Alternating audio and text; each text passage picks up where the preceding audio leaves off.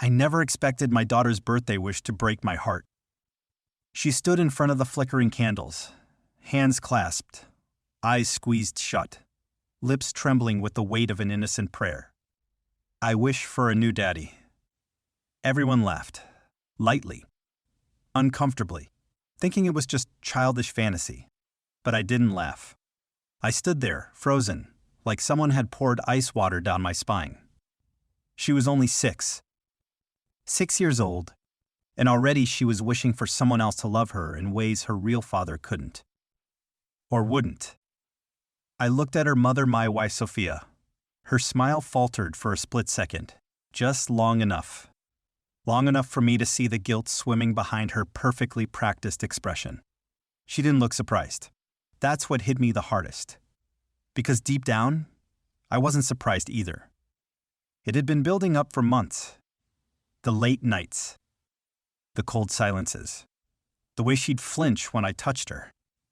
Like I was no longer familiar. Like I was no longer home.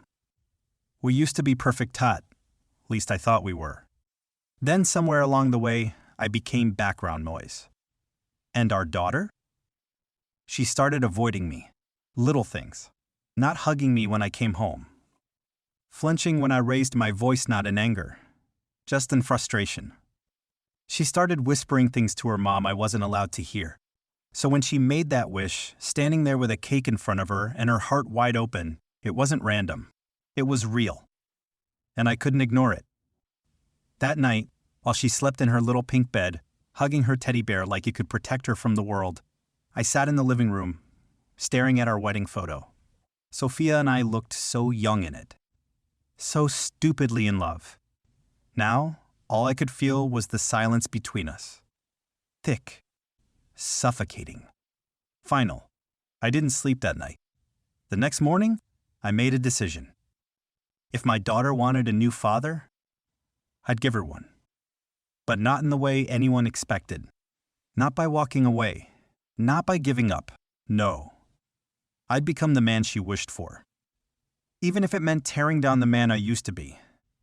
I didn't know then what it would cost me. I didn't know how many truths I'd uncover. Or that in trying to fulfill her innocent wish I would break something in her that no love could ever fix again. Because when I finally gave her what she asked for, she cried.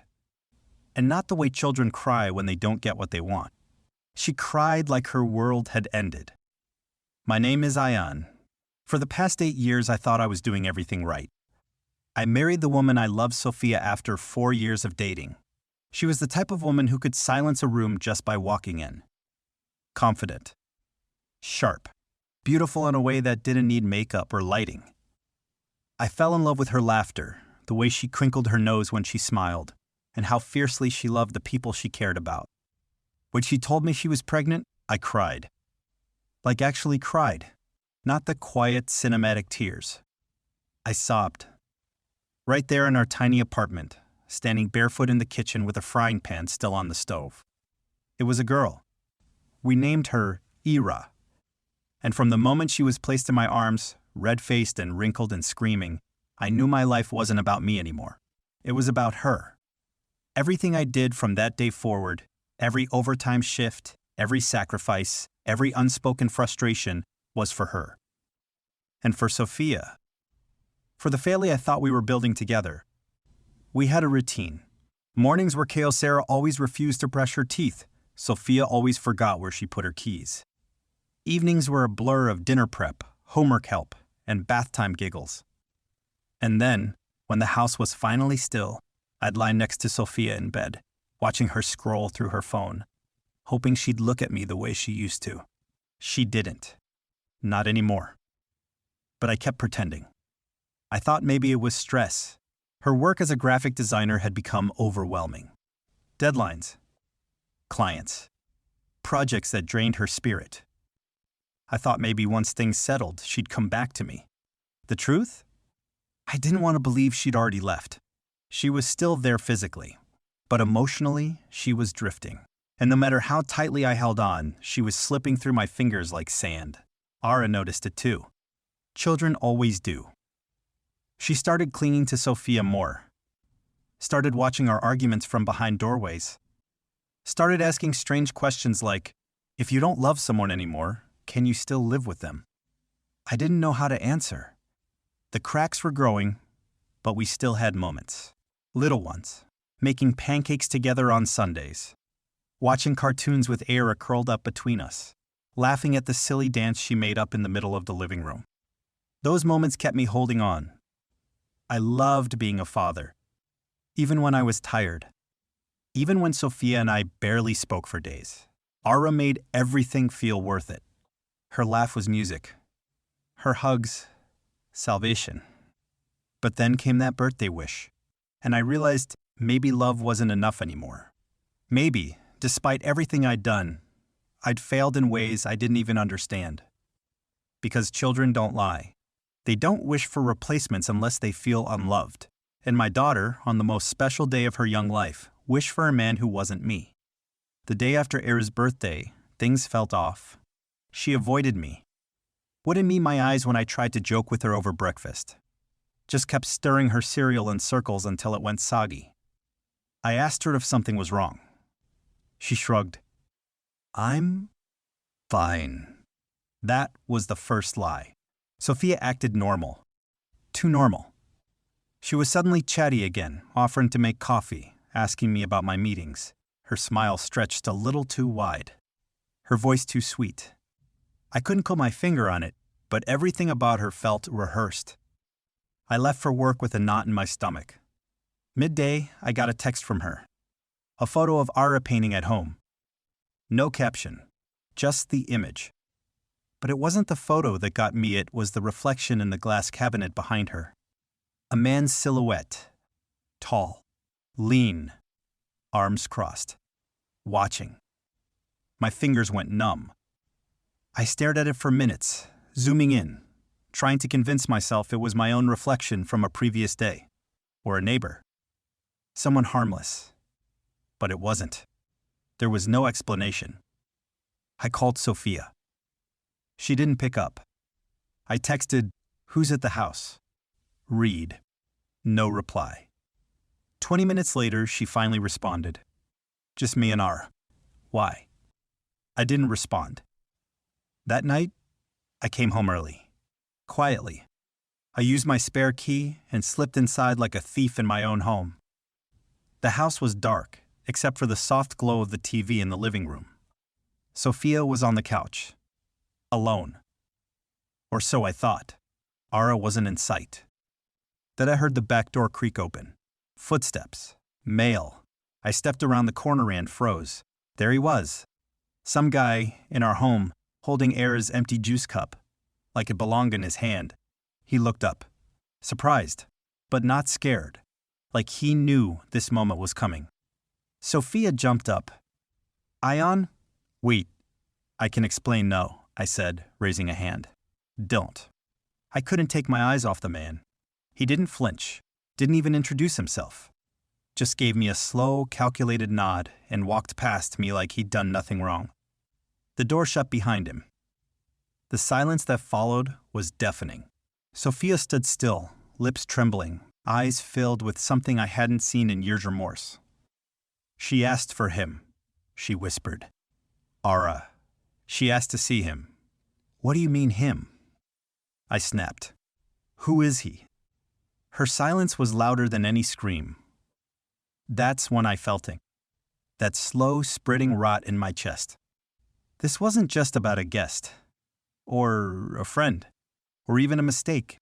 It was deeper, older, and I wasn't ready for what it would unravel. Because the truth wasn't just betrayal.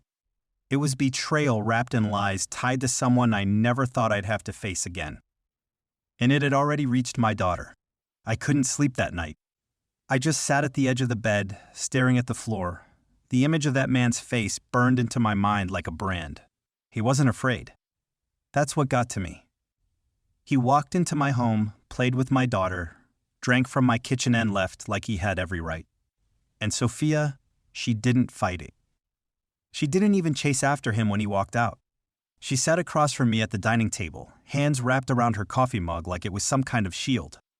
"Ion," she finally said, voice low. "You deserve to know the truth." "No."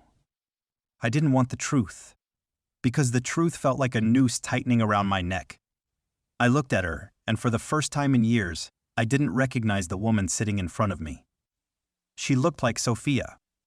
She sounded like her. But she wasn't my Sophia. What truth? I whispered. She swallowed hard. That man, his name is Imran. I already hated him. He's Ira's biological father. Time stopped. I stared at her like I hadn't heard right. Like maybe I'd hallucinated the words. My ears rang. My heart pounded so loud I could barely think. No, I said. That's not possible. She nodded slowly. It was before you. Just once. I didn't know I was pregnant until after we started dating. I was scared. You loved me so much, and I couldn't tell you. My mouth opened, then closed. I couldn't find words. Nothing made sense. My world didn't just tilt, it shattered. You let me raise her, I said, my voice shaking. You let me believe she was mine. She is yours, she said quickly. In every way that matters. You're her father, Ion. You always have been. But now those words felt hollow, like an echo in an empty room. Because suddenly, I didn't know what was real anymore. Was it all a lie? Every bedtime story, every doctor visit, every tear wiped and scraped knee kissed, was I just playing a role in someone else's script? The betrayal clawed at my chest, but worse than that was the fear. Fear that Era wouldn't look at me the same. That she'd start to see me the way the world might see me, as the man who raised another man's daughter. And the worst part? I loved her too much to care. That night, after Sophia went to bed, I stood outside Era's room and listened to her breathe. I didn't go in. I just stood there, my hand on the doorknob, aching with questions I had no right to ask a child. Did she know? Had Sophia told her? Had he? Was that why she made the wish? A wish for her real father? My chest felt like it was caving in. Every smile she'd given him, every moment they might have shared behind my back, was I being erased? The next morning, I tried to be normal. Tried to butter her toast like I always did. Tried to pack her lunch and remind her to grab her water bottle. She looked up at me with those big, trusting eyes and said, "Daddy, are you mad at Mommy?" I froze. I knelt down in front of her, brushing a stray hair behind her ear. "Why would you ask that?" "Because you look sad," she whispered. "And you didn't come say goodnight." Guilt crushed me. "No, sweetheart," I said. "I could never be mad at you, and I'll always say goodnight, okay?" She nodded, but the question lingered in her eyes. When she left for school, I sat at the kitchen table for hours, phone in hand, staring at it. Do I call Imran? Do I confront him? Do I ask him what he wants? Or do I pretend none of this happened and try to live in the shell of what used to be a family? The doubt was unbearable. The fear of losing my daughter, the only piece of my heart I'd ever fully given away, was paralyzing. But deep down, I knew something was coming. Something bigger. This wasn't just a past secret surfacing. It was the start of something that could tear my world completely apart, and I didn't know if I was strong enough to survive it. I told myself I'd stay calm. I told myself I wouldn't do anything reckless. But by the third day of not sleeping, of imagining Imran walking Era to school, holding her hand, or whispering things to her that should have been my stories to Talai, cracked. I waited until Sophia left to drop Era at her music class. Then I did something I promised myself I'd never do. I opened her laptop. It was stupid, I know. But something in me needed to see it. Proof. Something tangible to explain why everything felt like it was slipping out of my hands. I didn't expect what I found. Her email was open, and there, buried in a thread she probably forgot to close, was a conversation with Imran. I clicked. My eyes scanned, and then they stopped. "We'll tell her next month, like we planned. I just need Ion stable until then." I froze. Stable? Like I was some time bomb? Some emotional liability? The next line sent my world spinning. "He'll be furious, but the custody agreement only activates once she knows. Don't push it. He's still her father on paper for now. My chest tightened. The room spun. I clutched the back of the chair to keep from falling. Custody. They'd drawn up papers. Planned to take her. This wasn't about closure, or healing, or doing the right thing. This was a takeover. A removal. A silent war they'd been planning behind my back while I sat across from Sophia every night, loving a family that was slipping through my fingers. I slammed the laptop shut and stormed outside. I needed air. Then my phone buzzed. It was Era's school. I picked up instantly. Ayan? I'm sorry, we just wanted to confirm, was it you or Sophia who authorized Era's early pickup today? My blood ran cold. I didn't. Oh, the receptionist said, confused. She left 15 minutes ago with her father. My breath caught. I'm her father, I said through gritted teeth. Silence. Then a whispered, "Oh God." I was already in the car before she could finish the apology. I called Sophia. Straight to voicemail. I called again. And again. Nothing. My mind spiraled. What if they took her? What if this was it? What if my daughter was gone on day? There was nothing I could do. I sped through red lights, heart pounding, hands shaking. When I reached home, Sophia was there. Alone. She looked up, startled as I slammed the door open. Where is she? I barked. What where? Is? She? She paled. Imran, he just took her for ice cream. I told him he could have an hour. She missed him. You had no right, I snapped. No right to decide that. Not without me. She's his daughter too. No, I growled. He's her DNA. I'm her father. Tears welled in her eyes, but I couldn't care less. I pulled out my phone, scrolled, found the email, and shoved it in her face. Custody agreement? Stable until then? What the hell is this? Her expression crumbled. I wasn't going to go through with it, she whispered. I didn't know he'd push it so fast. I just wanted to give him a chance to know her. I stared at her like she was a stranger. You were going to take her from me. No, she said. I was going to share her. I laughed bitterly. You already did that without telling me. Behind my back. And now she's out there with someone she barely knows. God knows what he's saying to her. The doorbell rang. We both froze. Sophia rushed to open it. There stood Imran, holding Era's hand. She had ice cream on her cheek. She looked up, smiled, and said, Daddy, we saw a puppy on the street. My heart broke all over again. Because in that moment, I didn't know which daddy she meant. And it destroyed me. That night, I sat in the dark. No lights, no TV. Just me and the echo of my daughter calling someone else daddy. Sophia tiptoed in hours later. She didn't turn on the lights. Maybe she thought I was asleep. But I wasn't. Do you have a second? I asked quietly. She flinched. We sat across from each other in silence for a long time. The kind of silence that doesn't need to be filled because it's already louder than any scream. I finally spoke. Do you remember the night she was born? Her lips parted, but I didn't let her answer. You were terrified. You screamed and cried and begged them to take the pain away. But the second she was out, you stopped. You just stared at her, like nothing else existed. She looked down at her hands, fidgeting. I was terrified too, but not of being a dad. I was terrified I wouldn't be enough, that she'd grow up and think I wasn't strong, or kind, or smart enough. My voice cracked. But I swore to myself I'd never let her feel unloved, never let her feel like her family wasn't whole. And I kept that promise. Ayana, you didn't even ask me, I interrupted. You just let him walk in and claim her like she was a prize he left behind and came back for. Her eyes welled up. It wasn't like that. Then what was it, Sophia? I stood up. Was it curiosity? Guilt? Regret? She stood too, desperate. It was for her. She kept asking.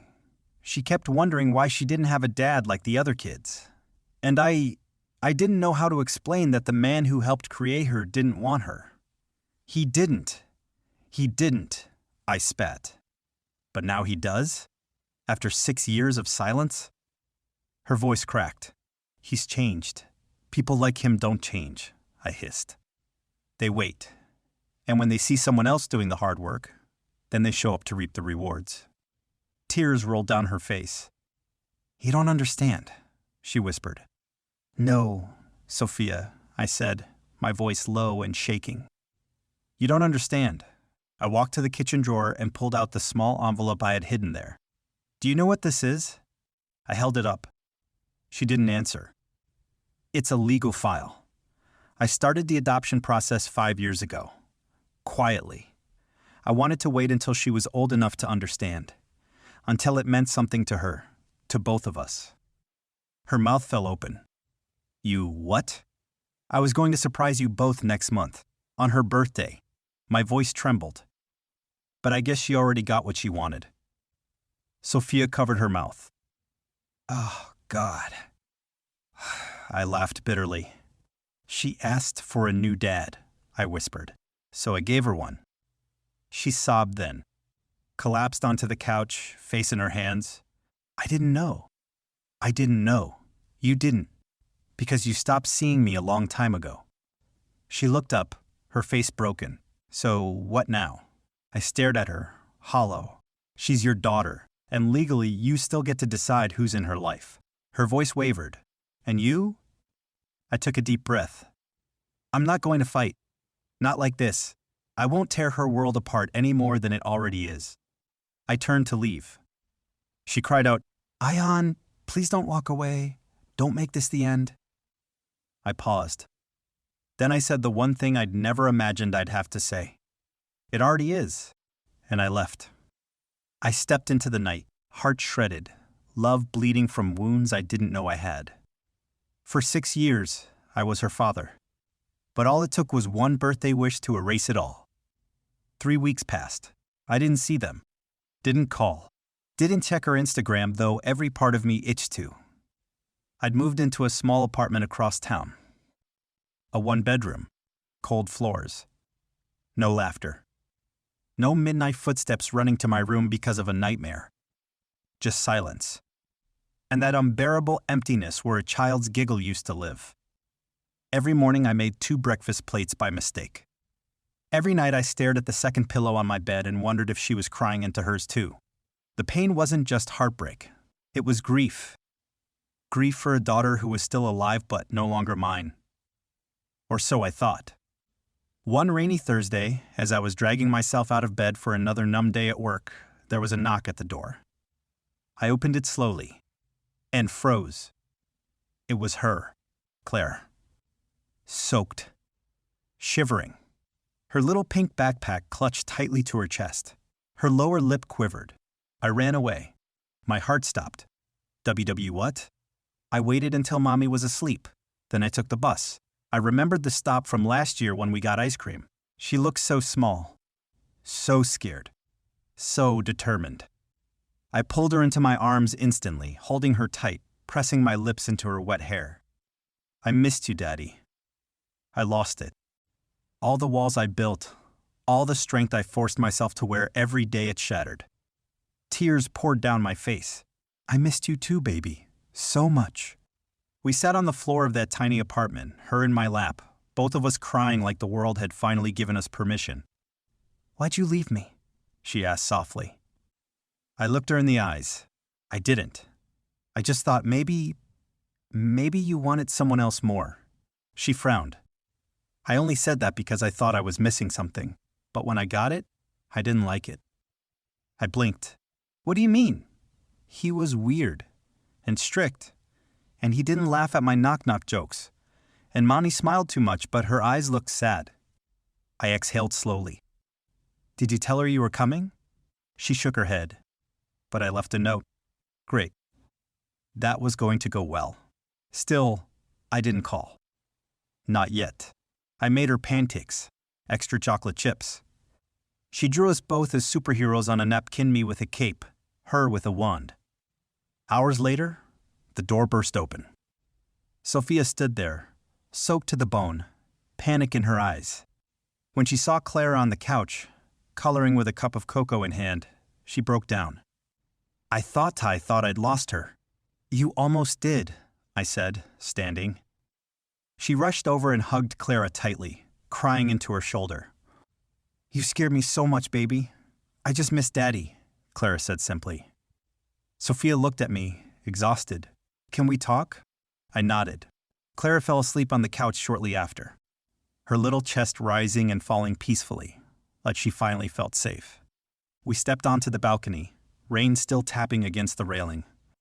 I was wrong, Sophia whispered. I thought I was giving her something she needed, but all I did was take away the one person who never let her down. I stayed quiet. She cried every night since you left, she went on. And I realized something, Ion. You didn't just raise her, you made her. Her kindness, her stubbornness, her love for midnight cereal and morning hugs. That's all you. I swallowed hard. She reached into her bag and handed me a document. My adoption file. Signed.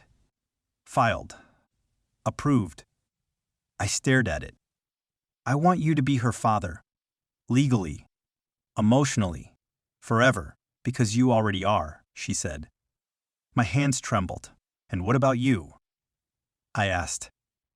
She gave a sad smile. I don't know. Maybe I made too many mistakes to fix what we had. But I know one thing. I'd rather co-parent with you than pretend we're still a family with someone who was never meant to be in her life.